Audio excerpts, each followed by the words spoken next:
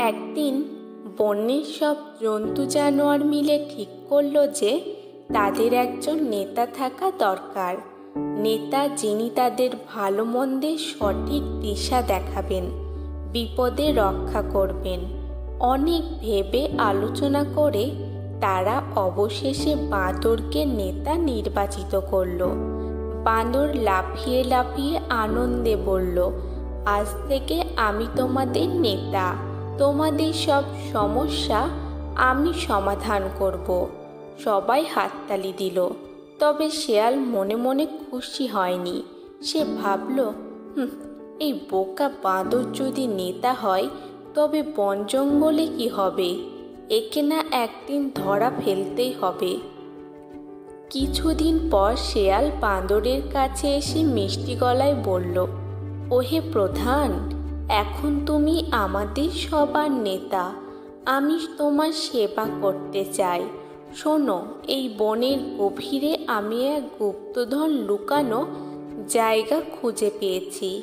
তোমার আগে আমি কিছু নিতে চাই না। এসো, আমি তোমাকে দেখাই। বাঁদর তো শুনে একেবারে উচ্ছ্বসিত। গুপ্তধন? তাহলে তো আমার শাসন আরও শক্তিশালী হবে। চলো শেয়াল, আমায় দ্রুত নিয়ে চলো। শেয়াল বাঁদরকে নিয়ে ধীরে ধীরে বনের গভীরে গেল। এক জায়গায় এসে থেমে গেল।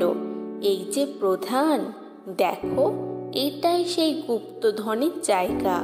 ভেতরে হাত দিলেই পাবে রাশি রাশি ধনরত্ন। বাঁদর আর দেরি না করে হাত বাড়িয়ে দিল।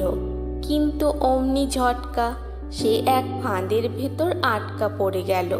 যতই চেষ্টা করে, টানাটানি করে, কিন্তু মুক্তি পাওয়া আর সম্ভব হলো না।